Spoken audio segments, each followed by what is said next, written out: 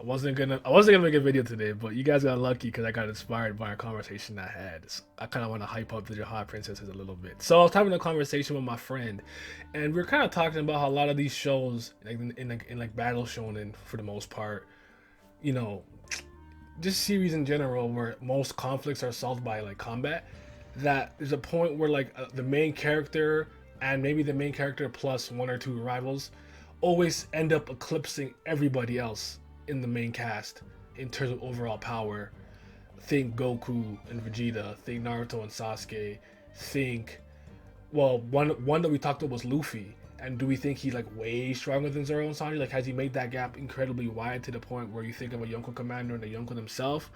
I'll put an asterisk on that one just because I haven't seen Zoro and Sanji go all out yet, especially Zoro. He hasn't been pushed yet in the New World when Luffy's been fighting for his life. So, asterisk on that one. But most importantly, that boy, LeBam James. How do I feel about him and his party? And I honestly, like, thinking about it, yeah, he's definitely at this point. There's no reason for us to believe he's not the strongest in this group and amongst his friends. But I don't think he's completely outclassed in Dorsey. I think she's right there, not far behind. Who I could agree. Who I can argue has shown moments and instances that make her as impressive as an irregular. So let's talk about the potential level of Jahad Princess. Yeah, yeah. Running through the six already know. Running through the six already know. Running through the six already know. Jahad princesses are the ultimate species in the tower, and while irregulars are clearly the tower's like unknown monsters, I don't want us to forget the latent talent that Jahad princess has.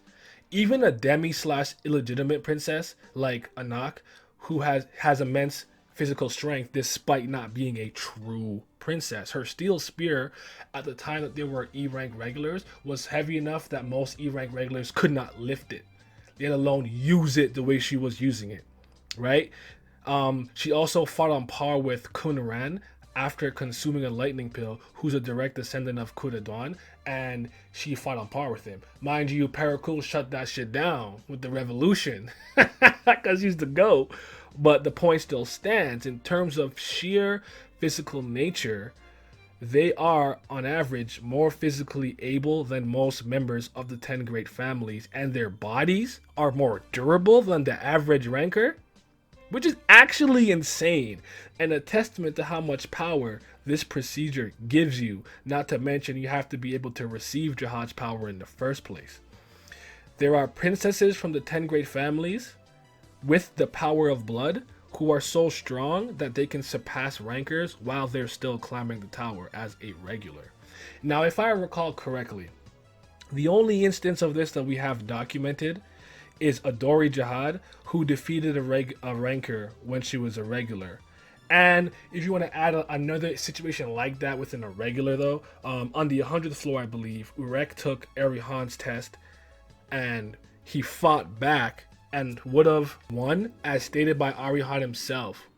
So that's a chosen regular, that's an irregular, not only beating a high ranker, but fucking Arihan himself. Like, remember that Shinsu gets way denser and more like liquid the higher up you go, and this dude is still swinging a sword. Like, come on. One of the 10 great families, respect Urek. But back to Adori, the commander-in-chief of Jahad's army, and the sealed princess in Eurasia and Jahad, because both these princesses are ranked at 7, meaning that in the overall rankings, they have both surpassed most irregulars. Anne being ranked higher than both her parents, Pobodo Gustang, sorry if you can hear the garbage outside, and Eurasia Blossom. While rankings are based on influence, recognition, and power, I think it's a feat in itself that people try to dismiss. There are some princesses who potentially have the ability to surpass and stand even above the heads of the 10 great families. And for anyone who tries to downplay their accomplishments by saying, it's mostly because of influence and recognition, stop. Because with most instances of a Jahad princess that we've seen is also from a great family, they have always been incredibly powerful, incredibly impressive. You have top 500 in Ha Yura Jahad, the pride of the Ha family, who even looks like Ha Yurin, who was gifted the Black March after completing her climb. Masheni got the Yellow May, top 100. Not every princess gets a 13th month series when they finish their climb. Only the best of the best. So a daughter of two heads of the great 10 families and Jahad's blood, who was awarded the colorless December after her climb week. Try again. Adori, who has the only S rank weapon of the 13-month series in the Golden November, who was stated to be capable of carrying out all 3 given orders by Jahad recently. Weak? Wrong. Try again. And don't forget she beat a ranker when she was a regular. Sorry. They're both well deserving of the rank of 7 free N, but and Dorsey herself has showcased tons of impressive abilities, but there's 2 specific instances I want to bring up before wrapping up that I think are overlooked.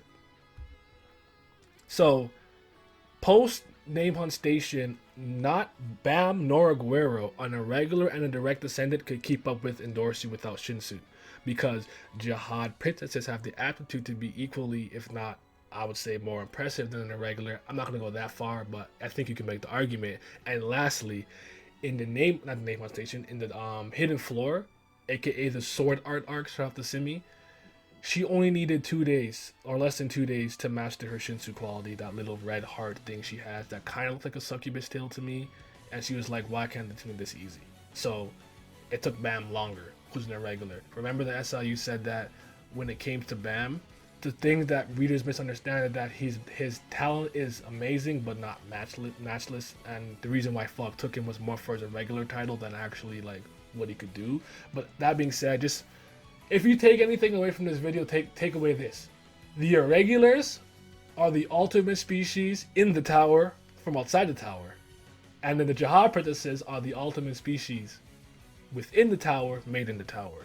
Both very impressive, but I just kind of don't like how I sometimes talk about how cool some of these princesses are, and it kind of gets like, well, it's not like they're Urek or Enri or something. Like, I got that, but they're still bound by the rules of the tower, unlike these Neo motherfuckers coming in the Matrix doing whatever they want. Like, it's like me like not being bound by laws, kind of, in a sense. I don't have the same shackles. But anyways, wrapping it up. Thank you guys for listening. This went on longer than I wanted, and I have to edit it. God damn it. I'm just by myself, I'm just by myself. Phantom of the South, sitting in a different realm. I don't like these rainy skies, cause I'm not one to dwell. I'm just sitting in my sadness like a cry for